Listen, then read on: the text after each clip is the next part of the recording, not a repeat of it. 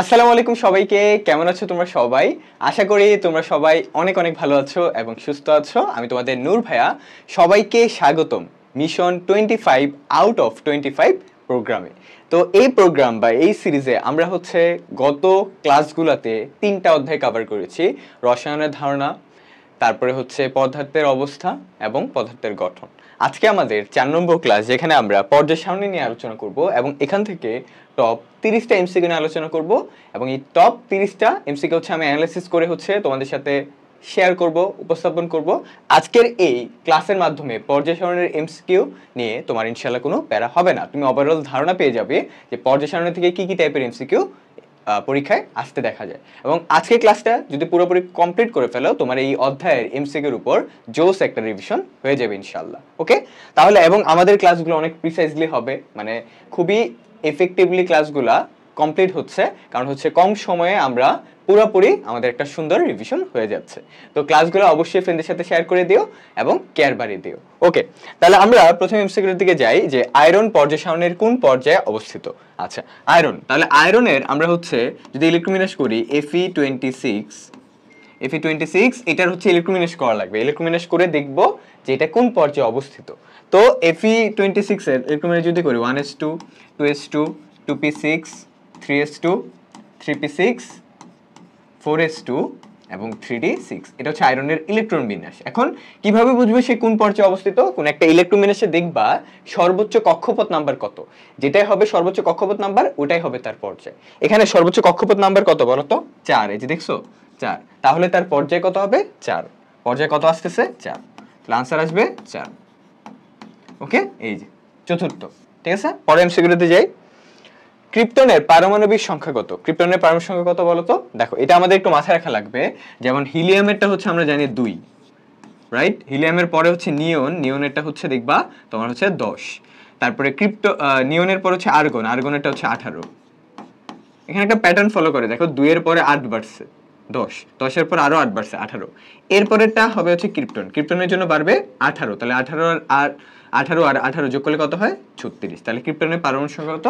36। যদি বলতো জেনন, তাহলে আরো 18 যোগ করতাম, তাহলে এখানে 36 এতে আরো 18 যোগ করলে কত হবে? 54। এটা একটা অ্যাডিশনাল ইনফরমেশন জানাই দিলাম। আর রেডনটা কত হইতো? রেডনের জন্য কত হইতো? 54 সাথে তখন তুমি যোগ করতে কত বলো তো? এখানে তুমি দেখো 2 এর সাথে 8 যোগ করছো, আবার 8 যোগ করছো, এখানে 18 এর সাথে 18 যোগ করছো, আবার 18 যোগ করছো, এরপর এটার সাথে 32 যোগ করবা। কত যোগ করবা? 32, তাহলে এটা আসবে 86। কত আসলো? 86। ওকে, তাহলে এইভাবে হচ্ছে প্যাটার্নটা আসলে ফলো করে। তাহলে আমি হচ্ছে এখানে আনসারটা পেয়ে গেলাম 36। পরের এমসিকিউতে যাই। অ্যাক্টিনাইড সারির মৌলসমূহের পারমাণবিক সংখ্যা হলো। আচ্ছা, অ্যাক্টিনাইড সিরিজের পারমাণবিক সংখ্যাটা কত থেকে স্টার্ট হয়? এটা স্টার্ট হয় হচ্ছে, এটা আমাকে একটু মাথায় রাখতে হবে যে এটা স্টার্ট হয় হচ্ছে 89 থেকে এবং শেষ হয় কত? 103 পর্যন্ত। ঠিক আছে, তাহলে এখানে আনসার হবে হচ্ছে এটা। আর যদি বলতো ল্যান্থেনাইডটা, তাহলে ল্যান্থেনাইডটা 57 থেকে শুরু হয় 71 পর্যন্ত হইতো। ওকে, তাহলে এটা একটু আমাকে মাথায় রাখতে হবে। তো এবং অ্যাডিশনাল একটা ইনফরমেশন জানাই দেই যে এইটা কত নম্বর গ্রুপ? অ্যাক্টিনাইড সিরিজটা হচ্ছে, এটার গ্রুপ নাম্বার হচ্ছে 3 নম্বর গ্রুপে অবস্থিত। এবং এটা কত পর্যায়ে অবস্থিত যদি কখনো আমাকে কোশ্চেনে বলে, তাহলে কত বলবো? এটার পর্যায় হচ্ছে মাথায় রেখো 7। পর্যায় কত? 7। ওকে, এটার পর্যায় কত ভাইয়া? তোমার হচ্ছে 7। এটা একটু আমাদেরকে কি করতে হবে? মাথায় রাখা লাগবে। এবং তোমার হচ্ছে পর্যায় 6 কার? পর্যায় 6টা হচ্ছে ল্যান্থেনাইড সিরিজটা। ওকে, আচ্ছা, এরপরে কোশ্চেনটাতে যাই। কোনটির ধাতব ধর্ম বেশি? আচ্ছা, ধাতব ধর্ম বেশি কিভাবে বুঝবো? মনে রাখবা যে বাম থেকে যতই ডানে যাব ততই ধাতব ধর্ম হ্রাস পায়। ধাতব ধর্ম হ্রাস পায় মানে কমে। কেন? কারণ বাম থেকে ডানে গেলে অধাতু পাই। বাম থেকে ডানে গেলে কি পাই? অধাতু। অধাতু পাও মানে কি? ধাতব ধর্মটা কমে যাচ্ছে। তাহলে বাম থেকে ডানে গেলে ধাতব ধর্ম বাড়ে, আর উপর থেকে নিচে গেলে ধাতব ধর্ম বৃদ্ধি পায়। উপর থেকে যদি নিচে যাই তাহলে আমার ধাতব ধর্মটা কি হয়? বৃদ্ধি পায়। ধাতব ধর্ম বৃদ্ধি পায়। ওকে, তাহলে আমরা এখানে দেখি কে কে কোথায় আছে। এখানে আছে বেরিলিয়াম, স্ট্রনশিয়াম, ক্যালসিয়াম, ম্যাগনেসিয়াম। এটা কি গ্রুপ 2 এর মৌলগুলো না? এগুলো হচ্ছে সব মৃৎক্ষার ধাতু। তাহলে বিরিয়ানি মানে বেরিলিয়াম, মোগলাই মানে ম্যাগনেসিয়াম, কাবাব মানে ক্যালসিয়াম, এসআর দিয়ে স্ট্রনশিয়াম। তাহলে এগুলো হচ্ছে গ্রুপ 2 এর মৌল সব। গ্রুপ 2। তাহলে আমরা জানি যে উপর থেকে যতই নিচে যাবে ততই কি ধাতব ধর্ম বৃদ্ধি পায়। তাহলে নিচে গিয়ে আছে স্ট্রনশিয়াম, তাহলে তার ধাতব ধর্ম সবথেকে বেশি হবে। তাহলে আনসার কি হবে? স্ট্রনশিয়াম। পরের কোশ্চেনেতে আসি, নিচের কোন মৌলের তড়িৎ ঋণাত্মকতার মান সবথেকে বেশি? তাহলে মনে রাখবা যে বাম থেকে যতই ডানে যাই, বাম থেকে যতই ডানে যাব, তড়িৎ ঋণাত্মকতা মানে ইলেকট্রোনেগেটিভিটি EN দ্বারা প্রকাশ করতেছে, এটার মান কি হয়? বৃদ্ধি পায়। আর উপর থেকে যত নিচে যাব, উপর থেকে যত নিচে যাব তড়িৎ ঋণাত্মকতার মান কি হবে? কমবে, ইলেকট্রোনেগেটিভিটি কমবে। তাহলে আমি দেখি এখানে কারা কারা আছে। এখানে আছে হচ্ছে ম্যাগনেসিয়াম, ক্যালসিয়াম। এগুলোকে আমি আমার মাথায় পর্যায় সারণী অনুযায়ী তাদের পজিশনটা কোথায় হবে সেটা সেট করে রাখবো। অথবা তুমি ইলেকট্রোমিনাস করেও দেখতে পারো। ইলেকট্রোমিনাস করলে একটু টাইম লাগবে, বাট পর্যায় সারণীটা যদি তোমার একদম মাথায় গেঁথে যায় তাহলে তুমি বুঝতে পারবা কার পজিশনটা কোথায়। যেমন দেখো, ম্যাগনেসিয়াম ধরো আছে এইখানে, ম্যাগনেসিয়ামের পরে আছে অ্যালুমিনিয়াম, অ্যালুমিনিয়ামের পরে আছে ক্লোরিন। তার মানে এই ম্যাগনেসিয়াম, অ্যালুমিনিয়াম, ক্লোরিন এই তিনজনের দেখবা পর্যায়ে একই। কত? 3 নম্বর পর্যায়ে। ম্যাগনেসিয়াম, অ্যালুমিনিয়াম, ক্লোরিন তিনজনে একই পর্যায়ে। কত নম্বর পর্যায়ে? 3 নম্বর পর্যায়ে। ইলেকট্রোমিনাস করে দেখো, 3 নম্বর পর্যায়ে।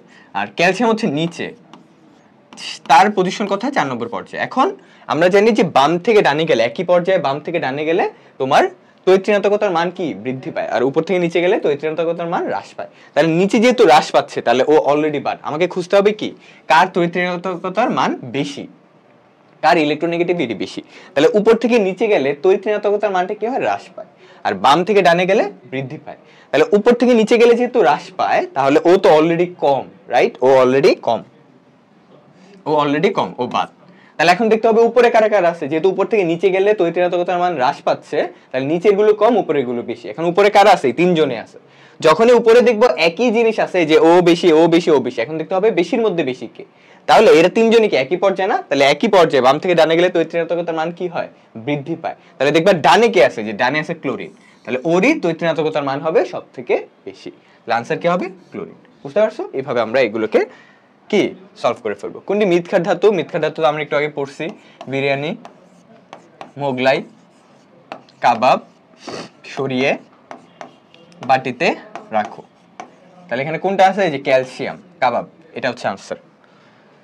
নিচের কোনটি অবস্থান্তর মৌল নয়? আচ্ছা, তোমাদের ক্লাসের জন্য অবস্থান্তর মৌল কোনগুলো আমাদের মাথায় রাখতে হবে। দেখো, তুমি মাথায় রাখবে আগে ডি ব্লক। ডি ব্লকে কারা কারা আছে? Scandium, titanium, vanadium, chromium, manganese, iron, cobalt, nickel, তারপর হচ্ছে কপার এবং জিঙ্ক। এগুলো হচ্ছে ডি ব্লকের মৌল সবগুলো। ডি ব্লকের মৌল কেমনে বুঝলাম? কারণ সবগুলার শেষ ইলেকট্রন ডিতে যায়, তাই তারা ডি ব্লকের মৌল। এবং এই সবগুলার ডি ব্লকের মৌল এবং পাশাপাশি অবস্থান্তর মৌল হওয়ার জন্য শর্ত কি? ডি ব্লকের হতে হবে আর আয়ন অবস্থায়, আয়ন অবস্থায় ডিতে কোনো ইলেকট্রন, আয়ন অবস্থায় ডিতে যদি ইলেকট্রন 1 থেকে 9 পর্যন্ত থাকে, ধরো D1, D2, D3, D4, D5 থেকে D9 পর্যন্ত যদি যে কোনো একটা থাকে তাহলে সেটা হবে অবস্থান্তর মৌল। এখন এখানে দেখা যাচ্ছে যে টাইটানিয়াম থেকে শুরু করে কপার পর্যন্ত এগুলো সবগুলো অবস্থান্তর মৌল, কিন্তু স্ক্যান্ডিয়াম অবস্থান্তর মৌল না, জিঙ্কও অবস্থান্তর মৌল না। কেন? কারণ স্ক্যান্ডিয়াম এবং জিঙ্ক ডি ব্লকের মৌল, এটাতে কোনো সন্দেহ নাই। কিন্তু আরেকটা শর্ত, যেটা আয়ন অবস্থায় ডিতে 1 থেকে 9 পর্যন্ত ইলেকট্রন থাকা লাগবে, কিন্তু স্ক্যান্ডিয়ামের আয়ন অবস্থায় ডিতে কোনো ইলেকট্রন নাই। আর জিঙ্কের আয়ন অবস্থায়, জিঙ্কের আয়ন অবস্থায় কি? জিঙ্ক 2+, তার আয়ন অবস্থায় ডিতে ইলেকট্রন কয়টা আছে জানো? ডিতে ইলেকট্রন আছে 10টা। কয়টা আছে ডিতে? 10টা। তো আমার থাকা লাগবে D1 থেকে 9 পর্যন্ত যে কোনো একটা, D1, D2, D3, D8, D9 এরকম থাকা লাগবে, কিন্তু এখানে আছে D10। তো দ্যাটস ওয়াই এই জিঙ্কটা অবস্থান্তর মৌল না, অবস্থান্তর মৌল হওয়ার জন্য শর্ত পালন করে নাই। আর স্ক্যান্ডিয়ামের আয়নটা হচ্ছে 3+, এই যে, তো তার ইলেকট্রোমিনাস করে দেখবা ডিতে কোনো ইলেকট্রনই নাই, তাহলে সেও অবস্থান্তর মৌল হবে না। কিন্তু বাকিগুলা অবস্থান্তর মৌল হবে, কারণ বাকিগুলো শর্ত পালন করছে। বাকিগুলা ডি ব্লকের মৌল, আর 2 নম্বর হচ্ছে আয়ন অবস্থায় ডিতে 1 থেকে 9 পর্যন্ত এই সীমাবদ্ধে আছে, ইলেকট্রন বিন্যাসে দেখতে পাই আমরা। ওকে, যেমন টাইটানিয়াম, ভ্যানাডিয়াম, ক্রোমিয়াম এগুলোর আয়ন অবস্থায় ইলেকট্রোমিনাস করে দেখো ডিতে 1 থেকে 9 পর্যন্ত এই সীমাতে ইলেকট্রনগুলো তাদের আছে, কিন্তু ওর আছে D10 আর ওর ডিতে 0। তো দ্যাটস ওয়াই এই দুটো অবস্থান্তর মৌল না। তাহলে সহজ বিষয়, স্ক্যান্ডিয়াম থেকে জিঙ্ক পর্যন্ত যে মৌলগুলো আছে এই মৌলগুলোর মধ্যে স্ক্যান্ডিয়াম এবং জিঙ্ক তারা অবস্থান্তর মৌল হবে না, বাকিগুলো সব অবস্থান্তর মৌল। অর্থাৎ titanium, vanadium, chromium, manganese, iron, cobalt, nickel, copper এগুলো অবস্থান্তর মৌল। তাহলে আমাকে 9 বলছে না? 9। দেখি আমরা কোনটা আনসার হবে। এখানে নিকেল একটা অবস্থান্তর মৌল, নো ডাউট, এটা আনসার হবে না কারণ আমাকে 9 বলছে। কপার একটা অবস্থান্তর মৌল আমরা দেখলাম, এটা আনসার হবে না। তারপরে হচ্ছে এখানে আর্সেনিক, তারপরে মোলিবডেনাম। আচ্ছা মোলিবডেনামও কিন্তু একটা অবস্থান্তর মৌল, এটা আনসার হবে না কেন? কারণ মোলিবডেনাম হচ্ছে নিচে, যে কার নিচে, ক্রোমিয়ামের নিচে কিন্তু মোলিবডেনাম, মানে একটা পর্যায় সারণীতে তারা তো তোমার হচ্ছে কয় নম্বর পর্যায়ে, 4 নম্বর পর্যায়ে, যে স্ক্যান্ডিয়াম থেকে জিঙ্ক পর্যন্ত যে মৌলগুলো দেখতে পাচ্ছ এগুলো হচ্ছে সব 4 নম্বর পর্যায়ে। 5 নম্বর পর্যায়ে কিন্তু মৌলগুলো আছে তাদেরকে অবস্থান্তর মৌল আমরা পাই, মানে 5 নম্বর পর্যায়ে সবগুলো না, 5 নম্বর পর্যায়ে যারা ডি ব্লকের সেখানে অবস্থান্তর মৌল পাওয়া যায়। যেমন এই যে ক্রোমিয়ামের নিচে পাবা তুমি মোলিবডেনাম, যেটার কথা এখানে বলে দেয়া আছে, এই যে মোলিবডেনাম, দেখছো এটা কিন্তু একটা অবস্থান্তর মৌল, রাইট? কিন্তু আর্সেনিক কিন্তু কোনো অবস্থান্তর মৌল না। কেন? আর্সেনিক একটা পি ব্লকের মৌল, অবস্থান্তর মৌল হওয়ার প্রথম শর্তই হচ্ছে ডি ব্লক মৌল, তো এটা তো একটা পি ব্লকের মৌল, তাহলে এটা কোনো অবস্থান্তর মৌল নয়। আর আমাকে 9 খুঁজতে বলছে, আমি কাটা কেন দিলাম, এটা হবে উত্তর, তাই না? এটাই হবে আমার উত্তর, বুঝতে পারছো? এটা হবে আমার উত্তর, আর্সেনিক পি ব্লকের মৌল। ঠিক আছে, আর্সেনিক হচ্ছে পি ব্লকের মৌল। আর্সেনিকের পারমাণবিক সংখ্যা কত? 33। কত? 33। ঠিক আছে, ওকে। তাহলে আমরা এক্সপ্লেনেশনটা দিয়ে দিলাম এখানে, তুমি আইডিয়াও পেয়ে গেলা যে স্ক্যান্ডিয়াম জিঙ্ক কিন্তু অবস্থান্তর মৌল না, তারা ডি ব্লকের মৌল হওয়া সত্ত্বেও আয়ন অবস্থায় ডিতে যে শর্তটা সেটা মানতেছে না, ডিতে 0 তার ডি 10। আর এটাও জেনে নিলা যে ডি ব্লক হতে হবে, কিন্তু এটা তো পি ব্লক, তাই এটা আনসার আগে হবে না। আরেকটা জিনিস জেনে নিলা যে 4 নম্বর পর্যায়ে যে নিচে পঞ্চম পর্যায়ে সেখানে মোলিবডেনাম অবস্থিত, এটাও কিন্তু একটা অবস্থান্তর মৌল। এটা কোথায়? ক্রোমিয়ামের নিচে, ক্রোমিয়াম 24, মোলিবডেনাম হচ্ছে 42। ওকে, আচ্ছা নিচের কোনটি মুদ্রা ধাতু? মুদ্রা ধাতু কোনগুলো বলো তো? মুদ্রা ধাতু হচ্ছে তোমার কপার, তামা, তারপরে হচ্ছে সিলভার বা রূপা, তারপরে হচ্ছে গোল্ড, এগুলো হচ্ছে মুদ্রা ধাতু, এই তিনটা। তাহলে এখানে দেখো কোনটা, এই যে গোল্ড, গোল্ড হবে আমার আনসার। জে ডাব্লিউ ডোবেরানের ত্রয়ী কোনটা? আচ্ছা ডোবেরানের ত্রয়ী সূত্র কি? ত্রয়ী সূত্রে বলেছিল যে আমরা যে যে তিনটা মৌল নিয়ে কাজ করা হয়, ত্রয়ী মানে কি 3, তো তিনটা মৌলের পারমাণবিক ভর থেকে কিভাবে আমরা একটা সূত্র পাই, সেটা যে প্রথম মৌলের পারমাণবিক ভর এবং তৃতীয় মৌলের পারমাণবিক ভরের যে গড়টা, সেটা আমরা দ্বিতীয় মৌলের পারমাণবিক ভরের কি পাই? সমান পাই। যেমন দেখো আমি তোমাকে এক্সাম্পল দিই, লিথিয়ামের পারমাণবিক ভর কত? 9। লিথিয়ামের নিচে আছে সোডিয়াম, এটা ধরো আমি জানি না, এবং তারা কিন্তু একই গ্রুপের, একই ধর্ম হওয়া লাগবে, একই গ্রুপের। তাহলে লিথিয়ামের নিচে আছে সোডিয়াম, সোডিয়ামের নিচে আছে পটাশিয়াম। লিথিয়ামের পারমাণবিক সংখ্যা 3 এবং পারমাণবিক ভর হচ্ছে 9। পটাশিয়ামের 19, পারমাণবিক সংখ্যা, ভর কত? 39। তাহলে সোডিয়ামটা বের করতে হবে। তাহলে এটা হচ্ছে প্রথম মৌল, এটা দ্বিতীয়, এটা তৃতীয়। তাহলে এখন দ্বিতীয়টা আমি জানি না, দ্বিতীয়টা বের করব। তাহলে বের করার টেকনিকটা উনি কি বলছিল, যে প্রথমটার পারমাণবিক ভর এবং তৃতীয়টার পারমাণবিক ভরের যে গড়, এটাই হবে দ্বিতীয়টার সমান। অর্থাৎ দেখো 9 প্লাস 39 ডিভাইডেড বাই 2। 9 লিথিয়ামেরটা 7 হবে, সরি লিথিয়ামেরটা হচ্ছে 7 হবে, এই যে 7। তাহলে এখানে তোমার হচ্ছে 7 হচ্ছে এই যে, তাহলে এখানে 7 প্লাস 39 ডিভাইডেড বাই 2, তাহলে এটা কত আসবে? এটা আসবে 23। কত আসবে? 23। তাহলে এই যে এটা হচ্ছে 23। তাহলে সোডিয়ামের পারমাণবিক ভর কত? 23। এটা হচ্ছে ডোবেরানের ত্রয়ী সূত্র। ঠিক আছে, উনি বলছিল যে একই ধর্ম বিশিষ্ট আমি যদি তিনটা মৌলকে কাউন্ট করি, এই তিনটা মৌলের মধ্যে প্রথম মৌল এবং তৃতীয় মৌলের পারমাণবিক ভরের যে গড়টাই, যে গড়, সেটা কার সমান হবে? এটা দ্বিতীয় মৌলের পারমাণবিক ভরের সমান হবে। এটা এখন দেখি এখানে কোনটা আনসার হবে। লি না কে, যেটা আমি বের করছি এটাই। ঠিক আছে, এটাই হচ্ছে আমার আনসার। এটা হচ্ছে ত্রয়ী, যে লিথিয়াম, সোডিয়াম, পটাশিয়াম, এটা হচ্ছে ত্রয়ী। ঠিক আছে, ওকে। পরের কোশ্চেনটাতে যাই। পর্যায় সারণীর অষ্টক সূত্র কে প্রদান করেন? এটা হচ্ছে জন নিউল্যান্ড, বিজ্ঞানী। ঠিক আছে, উনি হচ্ছে অষ্টক সূত্রটা প্রদান করেন। মেন্ডেলিভ কতটি মৌল নিয়ে আধুনিক পর্যায় সারণী প্রবর্তন করেছিলেন? কয়টা মৌল বলো? 67। এর মধ্যে 63টা ছিল আবিষ্কৃত এবং বাকি 4টা ছিল অনাবিষ্কৃত। এই 63টা আবিষ্কৃত ছিল আর বাকি 4টা কি? অনাবিষ্কৃত। আবিষ্কৃত মাথায় রেখো এগুলা, আর এটা হচ্ছে অনাবিষ্কৃত। ওকে, তাহলে এখানে হবে আনসার 67। পরের কোশ্চেনটা যাই। মেন্ডেলিফের পর্যায় সারণীর মূল ভিত্তি কি? মেন্ডেলিফ কিসের উপর ভিত্তি করে তার পর্যায় সারণীটা প্রদান করছিল? সেটা হচ্ছে পারমাণবিক ভর। ঠিক আছে, সে প্রথমে যে মেন্ডেলিফের সূত্র দিয়েছিল, এখানে দেখবা পারমাণবিক ভর আকারে, পারমাণবিক ভর শব্দটা তিনি মেনশন করেছিল। যে মেন্ডেলিফের পর্যায় সূত্রতে তুমি দেখবা যে মৌলগুলোর ভৌত রাসায়নিক ধর্মাবলী তাদের পারমাণবিক ভর অনুসারে পর্যায়ক্রমে কি হয়? আবর্তিত হয় বা রোটেশন হয়, ওটা পারমাণবিক ভর। হেনরি মোসলে হচ্ছে পারমাণবিক সংখ্যা নিয়ে কথা বলছিল। বিজ্ঞানী মেন্ডেলিফের পর্যায় সারণীতে কয়টা আনুভূমিক সারি ছিল? কয়টা আনুভূমিক সারি ছিল? ঠিক আছে। সারি কয়টা ছিল? সারি ছিল টোটাল হচ্ছে তোমার 12টা। কয়টা ছিল? 12টা। সারি ছিল হচ্ছে টোটাল 12টা। এই যে এটা হবে আমার আনসার।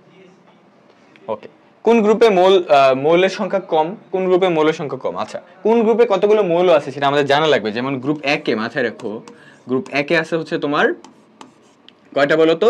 7টা। গ্রুপ 1 এ আছে 7টা। গ্রুপ 2 এ আছে দেখবা হচ্ছে 6টা। ঠিক আছে, গ্রুপ 1 এ আছে 7টা। হাই লি না কে, হাই লি না কে রুবি সাজাবে ফ্রান্সে, টোটাল 7টা। আর গ্রুপ 2 এ 6টা, যে বিরিয়ানি মোগলাই কাবাব সরিয়ে বাটিতে রাখো। তারপরে গ্রুপ 3 হচ্ছে সবথেকে বেশি। গ্রুপ 3, এই যে গ্রুপ 3 এ হচ্ছে 32টা। গ্রুপ 3 এ কয়টা? 32টা। গ্রুপ 4 থেকে তোমার 12 পর্যন্ত, গ্রুপ 4 থেকে 12 পর্যন্ত যতগুলো গ্রুপ আছে সবগুলো গ্রুপে 4টা করে মৌল আছে। গ্রুপ 4এও 4টা, 5এও 4টা, 6এও 4টা, 7এও 4টা, 4টা করে মৌল, 4টি করে মৌল। তারপরে গ্রুপ 13 থেকে 17 পর্যন্ত, গ্রুপ 13 থেকে 17 পর্যন্ত এগুলোতে কয়টা করে মৌল আছে জানো? এখানে আছে 6টা করে মৌল, 6টি করে মৌল আছে। আর গ্রুপ 18 তে আছে হচ্ছে 7টা। গ্রুপ 18 তে কয়টা? 7টা। এই যে 7টা কোনগুলা? যেমন হচ্ছে তোমার helium, neon, argon, krypton, radon, oganesson. Helium, জেননটা বাদ গেছে। হিলিয়াম, নিয়ন, তোমার হচ্ছে argon, krypton, xenon, radon, oganesson, total 7টা। ওকে, গ্রুপ 18 তে। তাহলে এখানে দেখি আমরা কোনটা আনসার হবে। গ্রুপ 12 তে, 13 তে, 14, 15 কোথায় আনসার হবে? মানে বলছে যে কোন গ্রুপে মৌলের সংখ্যা কম। আচ্ছা দেখো, আমরা এখানে বলে দিয়েছিলাম গ্রুপ 4 থেকে 12 পর্যন্ত প্রতিটা গ্রুপে 4টা করে মৌল। তাহলে এখানে আনসার কোনটা হবে? এই যে 12, কারণ গ্রুপ 12 তে আছে 4টা করে মৌল। কয়টা আছে? 4টা। গ্রুপ 12 তে আছে হচ্ছে 4টা করে মৌল, এই যে এটা 4টা। 13 তে কয়টা আছে? 13 তে আছে 6টা, 14 তেও 6টা, 15 তেও 6টা, তাই না? এই যে আমরা দেখলাম গ্রুপ 13 থেকে 17 পর্যন্ত সবগুলো গ্রুপে 6টা করে মৌল। বুঝতে পারছি? পরের কোশ্চেনটাতে যাই। পর্যায় সারণীর পঞ্চম পর্যায়ে মৌলের সংখ্যা কয়টা? কোন পর্যায়ে কয়টা মৌল আছে এটা আমাদের জানা লাগবে। যেমন পর্যায় 1 এ আছে হচ্ছে কয়টা? 2টা, হাইড্রোজেন আর হিলিয়াম। পর্যায় 2 এবং 3, পর্যায় 2 এন্ড 3 কয়টা করে মৌল আছে? 8টা করে, 8টি করে। পর্যায় 2 এও 8টা, 3 এও 8টা, 8। ঠিক আছে, 8। পর্যায় 4 এবং 5, পর্যায় 4 এবং 5 এ কয়টা আছে? 18টা করে মৌল, 18টি করে। পর্যায়ে 4 এও 18টা আছে, পর্যায়ে 5 এও 18টা। পর্যায় 6 এবং 7, পর্যায় 6 এবং 7 কয়টা করে আছে? 32টা করে, 32টি করে। তাহলে এখানে কোন পর্যায়ে বলছে? পঞ্চম পর্যায়ে। পঞ্চম পর্যায়ে কয়টা করে আছে? 18টা। তাহলে আনসার কত হবে? 18। এই যে, ঠিক আছে, কোন পর্যায়ে কতগুলো মৌল আছে সেটাও জানা লাগবে। যেমন আমরা দেখলাম কোন গ্রুপে কয়টা করে মৌল আছে। এরপরে পর্যায়ের সাথে খাড়া স্তম্ভ। খাড়া স্তম্ভ মানে কি? কলামগুলারে বুঝাইছে, বা গ্রুপ কয়টা আছে বলো? 18টা। তাহলে এখানে আনসার হবে 18, খাড়া কলম। এরপর পরের কোশ্চেনটাতে যাই। ল্যান্থেনাইট সারির মৌল কয়টা? আচ্ছা, ল্যান্থেনাইট সারি 57 থেকে শুরু হয়, শেষ হচ্ছে 71 পর্যন্ত। এখানে টোটাল মৌল কয়টা আছে? 15টা। তাহলে আনসার হবে কত? 15। পটাশিয়াম পর্যায় সারণীর কোন পর্যায়ে অবস্থিত? তাহলে পটাশিয়াম ইলেকট্রোমিনাসটা করি। 1s2, 2s2, 2p6, 3s2, 3p6, 4s1। দেখো কত নম্বর পর্যায়ে হবে? এখানে পর্যায় হবে হচ্ছে এখানে 4। কেন বলো তো? কারণ এখানে দেখো পটাশিয়াম কোন পর্যায়ে অবস্থিত। এখন পটাশিয়ামের তোমার হচ্ছে সর্বোচ্চ কক্ষপথ নাম্বার কত? 4। তাহলে তার পর্যায় কত হবে? 4 হবে। তাহলে আনসার হবে হচ্ছে 4, পর্যায় 4। পরের কোশ্চেনটাতে যাই। একটি মৌলের ইলেকট্রোমিনাস দেয়া আছে, এটা মৌলটা কোন গ্রুপের এটা বের করতে হবে। প্রথমত দেখো এই মৌলের যে ইলেকট্রোমিনাসে দেয়া আছে না 1s2 থেকে 5s2 পর্যন্ত, এটা কি সাজায় দেয়া? হ্যাঁ, সাজায় দেয়া। এটা কি আউটবাউন্ড নীতি অনুসারে দেয়া? না, আউটবাউন্ড নীতি অনুসারে দেয়া নাই। তাহলে যেহেতু আউটবাউন্ড নীতি অনুসারে দেয়া নাই, তাহলে সেই ক্ষেত্রে আমরা কি করতে পারি? এটাকে সাজায় নিতে হবে আউটবাউন্ড নীতি অনুসারে। তাহলে সাজাই চলো। প্রথমে 1s2 ঠিক আছে, তারপরে 2s2, 2p6, তারপরে 3s2, এটাও ঠিক আছে, তারপরে 3p6। এরপরে কিন্তু 3d না, এরপরে কি আসবে? 4s। তাহলে 4s2, তারপরে 3d10, তারপরে কি আসবে বলতো, এরপরে আসবে হচ্ছে 4p6, 4p6 এর পরে আসবে 5s2, এরপরে আসবে 4d10, এই যে রাইট এটা। তাহলে এখানে আমরা বলো তো কোন গ্রুপের রুলসটা ফলো করবে? আমরা তো গ্রুপের রুলস টোটাল 3টা পড়ছি, একটা বলছে এস রুল, একটা পড়ছে s + p + 10 রুল, আর একটা পড়ছে s + d রুল। তাহলে এটা কোন রুলের ভিতরে পড়ে? দেখো এখানে হচ্ছে তুমি যদি ভালো করে খেয়াল করো, এখানে তোমার s আছে দেখছো 5s, এবং এখানে 5s এর যে আগের কক্ষপথ 4 নম্বর কক্ষপথ এর d আছে। তাহলে এখানে একটু ভালো করে দেখো, এটা s + d রুলসটা ফলো করবে, s + d রুলস। কিভাবে বুঝলাম? এখানে 5s2 আছে এবং তার সাথে আগের কক্ষপথ কে 4, ওই কক্ষপথের d আছে, তাহলে s + d, যে এখানে s টা কি সর্বশেষ কক্ষপথ আর d টা কি তার আগের কক্ষপথ, এই যে মিলে গেছে না? তাহলে এই যে 2 আর s + d রুলসটা কি, s এ যতগুলো ইলেকট্রন এবং d তে যতগুলো ইলেকট্রন দুইটা যোগফল, এটাই হবে তার গ্রুপ নাম্বার। তাহলে 2 আর 10 যোগ করলে কত হয়? 12। তাহলে গ্রুপ নাম্বার কত হবে? 12। তাহলে এখানে आंसर হচ্ছে 12। শেষ, বুঝতে পারছি? এবার কিন্তু সাজায় নিবা। এই মৌলের সর্বশেষ কক্ষপথের ইলেকট্রোমিনেস হচ্ছে ns2np5, এই মৌলের অবস্থান। আচ্ছা, তাহলে ns2np5, তাহলে এটা s + p রুলস না, কারণ একই কক্ষপথ। দেখো n এর মান যদি এখানে 3 বসাই, তাহলে এটা 3s2 3p5 হবে। তাহলে এটা s + p + 10 রুল, তাহলে s + p + 10, তাহলে এখানে 2, p তে কয়টা? 5টা, আর 10, তাহলে টোটাল কত হলো? 17। তাহলে এর গ্রুপ নাম্বার কত হবে? 17, জি হচ্ছে 17। পর্যায় কত হবে? দেখো সর্বোচ্চ কক্ষপথ নাম্বার কত? 3, তাহলে পর্যায় হবে তোমার হচ্ছে 3, পর্যায় 3, পর্যায় 3 গ্রুপ 17। তাহলে তৃতীয় পর্যায়ের 17 নম্বর গ্রুপ, এই যে তৃতীয় পর্যায়ের 17 নম্বর গ্রুপ। এ মৌলটির অবস্থান পর্যায় সারণী কোন গ্রুপে? এ, এটা কি 16 মানে হচ্ছে সালফারের কথা বুঝাইছে, তাই না? তাহলে সালফারের ইলেকট্রোমিনেস করো, 1s2 2s2 2p6 3s2 3p4, এটা হচ্ছে সালফারের কি ইলেকট্রোমিনেস। তাহলে এর গ্রুপ নাম্বার কত হবে? দেখো এটা s + p + 10 রুলস ফলো করবে, তাহলে s এ 2টা আছে, p তে 4টা আছে, আর 10, কত নম্বর গ্রুপ হবে এটা বলো? 16। তাহলে এটা হচ্ছে তার গ্রুপ নাম্বার, তাই না? কোন গ্রুপের কথা বলছে? এটা হবে 16 নম্বর গ্রুপ, এই যে 16। পরের কোশ্চেনটাতে আসি, z = ns2n-1 d3, পর্যায় সারণী z এর অবস্থান কোন গ্রুপে? আচ্ছা, এটা s + d রুলস ফলো করবে, এই যে s + d, কারণ s হচ্ছে সর্বোচ্চ কক্ষপথ নাম্বার আর d টা হচ্ছে তার আগের কক্ষপথ, মানে 1 বিয়োগ। তাহলে s এ কয়টা আছে? 2টা, d তে কয়টা আছে? 3টা, তাহলে কত হবে? 5। এই 5ই হবে তার গ্রুপ নাম্বার, 5ই হবে তার গ্রুপ নাম্বার, এই যে 5, এটা आंसर। বুঝে গেছে? ওকে, পরের কোশ্চেনটা দেখি। মনে করো একটি মৌলের সুস্থিত আয়ন A2+ এর ইলেকট্রোমিনেস দেয়া আছে, মৌলটার গ্রুপ কোনটা? আচ্ছা, এটা যেটা ইলেকট্রোমিনেস দেয়া আছে সেটা কি A2+ এর, রাইট? A2+ কি দেয়া আছে? 1s2 2s2 2p6 3s2 3p6। তাহলে আমি যদি এর গ্রুপ নাম্বারটা বের করতে চাই, আয়ন দিয়ে কি গ্রুপ নাম্বার বের করা পসিবল না? আমাকে মৌলতে আনতে হবে, অর্থাৎ মুক্ত অবস্থায় মৌল লাগবে, তাহলে ওখান থেকে ইলেকট্রোমিনেস করে আমি গ্রুপ নাম্বারটা বের করতে পারবো। তাহলে দেখো এখানে A2+ আছে, তাহলে A2+ এর ইলেকট্রোমিনেস আছে 2 2 4 6 10 12 18, তার মানে এখানে ইলেকট্রন সংখ্যা কত আছে? 18টা, ঠিক আছে? A2+ মানে কি? মানে হচ্ছে সে আগে তার 20টা ইলেকট্রন ছিল, সে 2টা ইলেকট্রন ছেড়ে দিছে, আগে তার 20টা ইলেকট্রন ছিল, সে 2টা ইলেকট্রন ছেড়ে দিছে, তাই তার মাথার উপর 2+। তার মানে 20টা ইলেকট্রন কার থাকবে? ক্যালসিয়ামের, ক্যালসিয়াম 2টা ইলেকট্রন ছেড়ে দিয়ে হয়ে গেছে কি ক্যালসিয়াম 2+। ক্যালসিয়ামের এখানে কয়টা? 20টা ইলেকট্রন, 2টা ইলেকট্রন যেহেতু ছেড়ে দিছে 18টা ইলেকট্রন, আর এখানেও 18টা ইলেকট্রনই আছে, তার মানে ওকে বোঝাচ্ছে যে এটা হচ্ছে তাহলে ক্যালসিয়াম। তাহলে ক্যালসিয়ামের ইলেকট্রোমিনেস করে দেখবো তার গ্রুপ নাম্বার কত হয়, মৌলের গ্রুপ কোনটা এটা জানতে চাইছে। তাহলে ক্যালসিয়ামের ইলেকট্রোমিনেস করি, 1s2 2s2 2p6 3s2 3p6 4s2, এই যে 4s2। তাহলে ক্যালসিয়ামের যেহেতু আমি পেলাম 4s2, 4 নম্বর কক্ষপথ, এই যে তার কক্ষপথ কয়টা?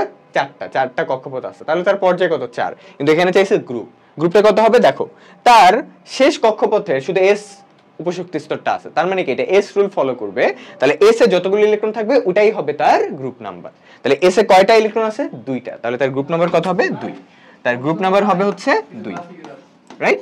তাহলে তার গ্রুপ নাম্বার কত হইলো? 2। তাহলে এই রুলসটা পড়তেছে কোন রুলস? s রুল, এটা হচ্ছে s রুল ফলো করতেছে, s রুলের মাধ্যমে আমি গ্রুপ নাম্বারটা ইজিলি বের করতে পারতেছি। তাহলে এখানে গ্রুপ কত? 2, ওকে। আচ্ছা, পরের কোশ্চেনটাতে যাই। পর্যায় সারণী সত্যিকারের মূল ভিত্তি কি? পর্যায় সারণীর সত্যিকারের মূল ভিত্তি হচ্ছে ইলেকট্রন বিন্যাস, কারণ ইলেকট্রন বিন্যাসের সাহায্যে আমি কোন একটা মৌলের কি তোমার পর্যায় বের করতে পারি, গ্রুপ বের করতে পারি, ফলে ওই মৌলের অবস্থানটাও আমরা জেনে গেলাম। ওকে, পরের কোশ্চেনতে যাই। কোনটি অধাতু? অধাতু কোনটা? এখানে তো বোঝাই যাচ্ছে হাইড্রোজেন একটা অধাতু। আর এমনিও তুমি অধাতু কোনগুলো চিনবা কিভাবে? নরমালি মাথায় রেখো যে group 17, group 18, group 15, group 16, group 17, এই গ্রুপের বেশিরভাগ মৌল হচ্ছে অধাতু। বেশিরভাগ মৌল কি? অধাতু। যেমন গ্রুপ 15 তে আছে নাইট্রোজেন, ও অধাতু। নাইট্রোজেন নিচে আছে ফসফরাস, ও অধাতু। তারপরে হচ্ছে তোমার গ্রুপ 16 তে আছে হচ্ছে অক্সিজেন, সালফার, এগুলো অধাতু। ফ্লোরিন, ক্লোরিন, ব্রোমিন, আয়োডিন, এগুলো সব কি? অধাতু। গ্রুপ 14 তেও অধাতু আছে, দেখো গ্রুপ 14 তে কে আছে? গ্রুপ 14 তে আছে হচ্ছে কার্বন, সে একটা অধাতু। সিলিকন আছে, সে একটা অপধাতু যদিও। তারপরে হচ্ছে কার্বন অধাতু, সিলিকন হচ্ছে অপধাতু, তার নিচে আবার জার্মেনিয়াম আছে, এটা অপধাতু। আর গ্রুপে একে শুধুমাত্র একজন আছে, সে কি? হাইড্রোজেন, যে হচ্ছে অধাতু। কোন মৌলের আকার ছোট? আচ্ছা, কোন মৌলের আকার ছোট? তো আমরা জানি একই পর্যায়ে বাম থেকে যতই ডানে যাব, একই পর্যায়ে বাম থেকে যতই ডানে যাই তত আকার কি হয়? ছোট হয়, আকার হ্রাস পায়। আর উপর থেকে নিচে গেলে কি হয়? আকার বৃদ্ধি পায়। উপর থেকে নিচে গেলে কি হয়? আকার বৃদ্ধি পায়। উপর থেকে যতই নিচে যায়, কেন? কারণ হচ্ছে কক্ষপথ বাড়ে, ফলে তার আকারও বাড়তে থাকে, আকার বৃদ্ধি পায়।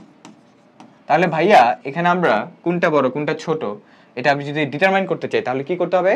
আগে এদের ইলেকট্রোমিনেস করবা, করে দেখবা কে কোন পর্যায়ে, তাদের পজিশনটা আগে এখানে আঁকবা। আঁকবা বলতে পজিশনটা একটু ইমাজিন করে এখানে দেখাই দিবা যে কে কোথায় আছে। যেমন দেখো, আমি এখানে দেখি সব থেকে ছোট কে? কার্বন আছে, রাইট? কার্বনে পরমাণু সংখ্যা 6, এখানে এটাকে এখানে রাখো। কার্বনের সাথে একটু সাথে ধরো আছে অক্সিজেন, এবং কার্বনের ইলেকট্রোমিনেস এবং অক্সিজেনের ইলেকট্রোমিনেস করে দেখবা তারা একই পর্যায়ে, সেও 2 নম্বর পর্যায়ে, সেও 2 নম্বর পর্যায়ে, তার মানে তারা 2 নম্বর পর্যায়ে। এরপরে কি আছে? সিলিকন আর অ্যালুমিনিয়াম। সিলিকন ধরো আছে এই জায়গাটাতে, অ্যালুমিনিয়াম আছে ধরো হচ্ছে এই জায়গাটাতে। কেন? কারণ অ্যালুমিনিয়াম আর সিলিকনের ইলেকট্রোমিনেস করে দেখো তারা 3 নম্বর পর্যায়ে, তাহলে অ্যালুমিনিয়াম একটু নিচে আছে, সিলিকনও একটু নিচে আছে, এই যে 3 নম্বর পর্যায়ে। তাহলে ভাইয়া কার্বন এবং অক্সিজেন একই পর্যায়ে, অ্যালুমিনিয়াম এবং সিলিকন একই পর্যায়ে, 3 নম্বর পর্যায়ে। এখন বলছে কে ছোট? বাম থেকে ডানে একই পর্যায়ে, বাম থেকে ডানে গেলে আকার ছোট হয়, উপর থেকে নিচে গেলে কি হয়? আকার বড় হয়। তাহলে উপর থেকে নিচে গেলে যেহেতু আকার বড় হয়, আমরা উপর থেকে নিচে গেলে যেহেতু আকার বড় হয় এটা জানি, তাহলে নিচে যারা আছে অ্যালুমিনিয়াম এবং সিলিকন তারা দুজন বড়, তাহলে তাদেরকে আগেই ধরবো না, তারা বাদ। এও বড়, এও বড়, তাহলে এরা দুজন বাদ। আমার বের করতে হবে ছোটকে। তাহলে কক্ষপথ কম কার আছে? ওর আর ওর, ওরও 2টা কক্ষপথ, ওরও 2টা কক্ষপথ, তার মানে তারা দুজনেই ছোট। এখন দেখতে হবে ছোটর মধ্যে ছোট কে, ছোটর মধ্যে ছোট কে? তাহলে এও ছোট, এও ছোট, তাহলে আমরা বাম থেকে ডানে গেলে জানি আকার ছোট হয়। তাহলে বাম থেকে ডানে গেলে যেহেতু আকার ছোট হয়, ডানে কে আছে? অক্সিজেন, তাহলে অক্সিজেন ছোট, তাহলে কার্বন কি? বড়। তাহলে এই যে বাম থেকে ডানে গেলে আকার কি হয়? ছোট হয়, তাহলে ডানে কে? ও, বামে কে আছে? ও, তাহলে আকার ছোট কার হবে বলো তো? আকার ছোট হবে হচ্ছে ও, ঠিক আছে, কারণ সে ডানে আছে, তাহলে অক্সিজেন হবে আমার আনসার। ডান? ওকে। কোন ক্যাটায়নটির আকার সবচেয়ে ছোট? কোন ক্যাটায়নের আকার সবচেয়ে ছোট হবে? চলো এটা বের করি। কি কি আছে এখানে? এখানে আছে হচ্ছে সোডিয়াম প্লাস, তারপরে আছে ম্যাগনেসিয়াম 2 প্লাস, তারপরে আছে অ্যালুমিনিয়াম 3 প্লাস, আর কি আছে? আর আছে পটাশিয়াম প্লাস। দেখো ইলেকট্রন সংখ্যা যখন বের করতে যাবা, সোডিয়াম প্লাসের ইলেকট্রন পাবা হচ্ছে 10টা। কেন? কারণ সোডিয়ামের ইলেকট্রন 11টা, কিন্তু সোডিয়াম প্লাস মানে কি? একটা ইলেকট্রন ছেড়ে দিছে, রাইট? তাহলে এখন তার ইলেকট্রন কয়টা? এখন হচ্ছে তার 10টা। ম্যাগনেসিয়াম 2 প্লাস, তারও 10টা। অ্যালুমিনিয়াম 3 প্লাস, তারও 10টা। আর পটাশিয়াম প্লাসের কয়টা? পটাশিয়ামের হচ্ছে 19টা ইলেকট্রন, একটা ছেড়ে দিলে 18টা। এখানে তিনটারই কিন্তু ইলেকট্রন সংখ্যা সেম, তিনটারই ভাই ইলেকট্রন সংখ্যা সেম। এখন কি দেখবো?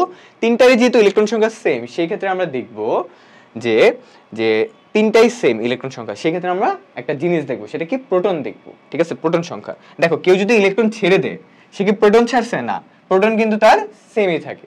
ইলেকট্রন ছেড়ে দেওয়া মানে কি? ইলেকট্রনের পরিবর্তন হওয়া। এখানে কিন্তু প্রোটনের কোনো চেঞ্জ আসবে না, ওরও প্রোটন যা, ওর যা যা আছে ওটাই থাকবে, ওর যেটা আছে ওটাই থাকবে, মানে কারো প্রোটনের কোনো চেঞ্জ হবে না। আচ্ছা, এখন আমারে বলছে কোনটির আকার সবথেকে ছোট? এ কিন্তু আগেই বাদ। কেন বলো তো?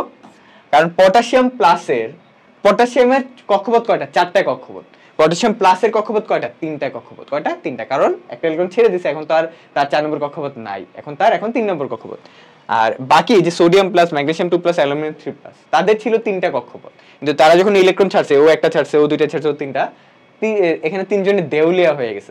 দেউলিয়া বলতে মানে তাদের আগে 3 নম্বর কক্ষপথ ছিল, এখন আর নাই। ওরও 2টা কক্ষপথ, ওরও 2টা কক্ষপথ, ওরও 2টা কক্ষপথ। তাহলে এই তিনটারই দুইটা কক্ষপথ, তার মানে কি এই তিনটাই ছোট ওর তুলনায় এই তিনটাই ছোট, তার মানে কি ও বড়, তাই ও আগেই বাদ। এখন এই তিনটা যেহেতু ছোট, এখন দেখতে হবে ছোটর মধ্যে সব থেকে ছোট কি, কারণ সবথেকে ছোট চাইছে, তাহলে ও বেশি ছোট নাকি ও বেশি ছোট নাকি ও বেশি ছোট, এটা আমাকে দেখতে হবে। এটা ডিটারমাইন কিভাবে করবো, প্রোটন দিয়ে, এই যে পি দিয়ে। ওর প্রোটন 11টা, ওর প্রোটন 12টা, ওর প্রোটন কয়টা, 13টা। তাহলে মনে রেখো যে ইলেকট্রন সংখ্যা যদি সেম হয় তাদেরকে আমরা বলি আইসো ইলেকট্রনিক, আইসো ইলেকট্রনিক। তাহলে আইসো ইলেকট্রনিকদের জন্য, আইসো ইলেকট্রনিকদের জন্য যাদের প্রোটন বেশি তাদের আকর্ষণ বেশি, আর আকর্ষণ যদি বেশি হয় আকার কি হয়, ছোট হবে। আকর্ষণ যদি বেশি হয় আকার অটোমেটিক্যালি কি হবে, ছোট হবে। আকর্ষণ বাড়লে আকার কি হয়, ছোট। তার মানে এই তিনটার মধ্যে আইসো ইলেকট্রনিক তিনটাই, মানে তিনটারই ইলেকট্রন সংখ্যা সেম। আইসো মানে সেম, ইলেকট্রন মানে ইলেকট্রন সংখ্যা, তাহলে তিনটারই ইলেকট্রন সংখ্যা সেম। তখন কি চেক করবো, প্রোটন কার বেশি। যার প্রোটন বেশি হবে তার আকর্ষণ বেশি, আর আকর্ষণ বেশি হলে আকার ছোট হবে। এই তিনটার তুলনায় প্রোটন কার বেশি, ওর, তার মানে ওর আকর্ষণ বেশি, তার মানে সে আকার কি হবে, ছোট হবে। তাহলে সব থেকে ছোট অ্যালুমিনিয়াম 3+, তার মানে এই তিনটার তুলনায় বড় কে, সোডিয়াম প্লাস। তাহলে আমি যদি ক্রোমোটা দেই, এই যে এরকম, তাহলে অ্যালুমিনিয়াম 3+ সব থেকে ছোট, আনসার হবে অ্যালুমিনিয়াম 3+। বুঝে গেছে, এটা হচ্ছে আমার আনসার। পরে কোশ্চেনটাতে যাই, নিচের কোনটির পারমাণবিক ব্যাসার্ধ সবচেয়ে কম। আচ্ছা, সিমিলার একটা কোশ্চেন। তাহলে এখানে কি কি দেয়া আছে দেখো, সোডিয়াম প্লাস আছে, ম্যাগনেসিয়াম 2+ আছে, এরপরে সালফার 2-, ক্লোরিন কি মাইনাস। তাহলে সব থেকে কম মানে হচ্ছে ব্যাসার্ধ সব থেকে কম মানে কার আকার ছোট, এটা জানতে চাইছে। তাহলে সোডিয়াম প্লাসের জন্য এখানে ইলেকট্রন কয়টা, 10টা, তাই না? একটু আগে দেখছি এরও ইলেকট্রন কয়টা, 10টা, কারণ 12টা ছিল সে 2টা ছেড়ে দিছে। সালফার 2-, সালফারে ছিল 16টা ইলেকট্রন, 2- মানে কি 2টা ইলেকট্রন গ্রহণ করছে, তাহলে কয়টা এখন 18টা। তাহলে ওরও ইলেকট্রন 18টা, ওরও দেখবা 18টাই, কারণ ক্লোরিনের ছিল 17টা ইলেকট্রন, মাইনাস মানে কি একটা ইলেকট্রন গ্রহণ করছে, তারও 18টা। এখন যেটা বললাম যে এইটার মধ্যে দেখতে হবে কার আকার সব থেকে ছোট।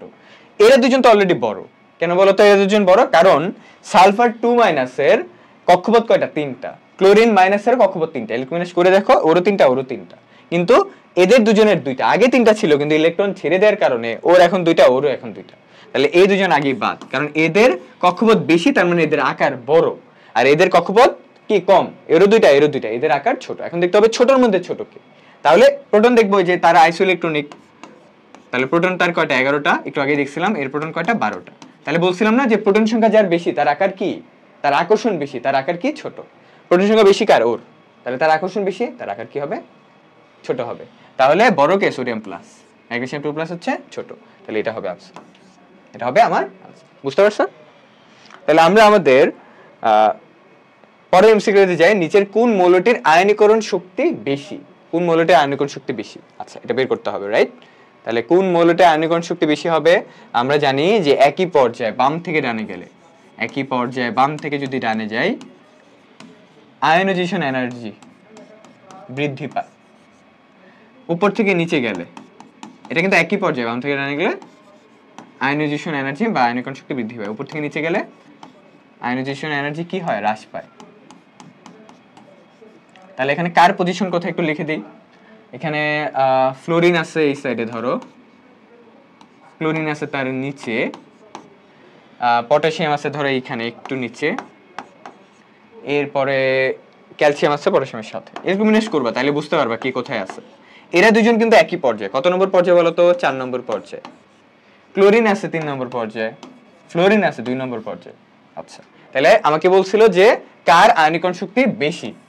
আমরা জানি যে উপর থেকে নিচে গেলে আয়নীকরণ শক্তি কি হয়, হ্রাস পায়, তার মানে নিচে যারা আছে তাদের আয়নীকরণ শক্তি কম, রাইট?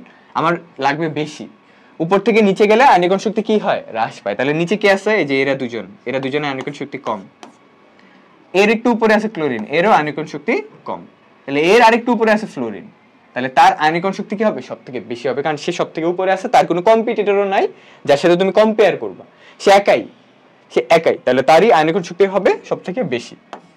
তাহলে আনসার কি হবে, ফ্লোরিন। ওকে, এরপরে এমসিকিউ যাই, কোনটি মুদ্রা ধাতু।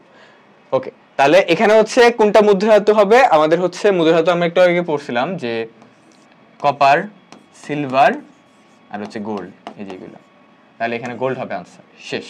তাহলে এই ছিল আমাদের টপ 30টা এমসিকিউ নিয়ে আলোচনা। মোটামুটি যত টাইপের এমসিকিউ আছে, মোটামুটি অনেকগুলো এমসিকিউ টাইপই আমরা কি করছি, কভার করছি একটা ক্লাসের মাধ্যমে। আর তোমরা অলরেডি আইডিয়া পেয়ে গেছো কি কি টাইপের এমসিকিউ বেসিক্যালি আসে। তোমাদের আজকের ক্লাসের মধ্যে অনেকটাই কিন্তু রিভিশন হয়ে গেছে এই অধ্যায়ের উপর। তুমি দেখছো আমরা আয়নীকরণ শক্তি, তারপরে আকার ব্যাসার্ধের এমসিকিউ গুলা, তারপরে হচ্ছে তোমার তড়িৎ ঋণাত্মকতা, ধাতব ধর্ম, এগুলোর এমসিকিউ দেখছি। সাথে আগে তো তোমার মেন্ডেলিভ, তারপরে হচ্ছে ত্রয়ী, তারপর হচ্ছে মিথ্যার ধাতু, এগুলো তো অলরেডি দেখেছি। ওকে, তাহলে বুঝতে হয়তো বা পারছো যে কোন টপিক থেকে বেসিক্যালি ঘুরে ফিরে এমসিকিউ গুলা আসতেছে। আবার অবস্থান্তর মূল্য দেখে ফেলেছি। তাহলে এই ছিল হচ্ছে আমাদের আজকের ওয়ান শট এমসিকিউ ক্লাস। আশা করি তোমাদের এই ক্লাসটি ভালো লেগেছে। তোমাদের যদি ক্লাসটি ভালো লেগে থাকে ফ্রেন্ডদের সাথে শেয়ার করে কেয়ার বাড়িয়ে দিও। ওকে, তো সবাই ভালো থেকো, সুস্থ থেকো, দেখা হবে আরো একটি ওয়ান শট ক্লাসে। আল্লাহ হাফেজ, আসসালামু আলাইকুম।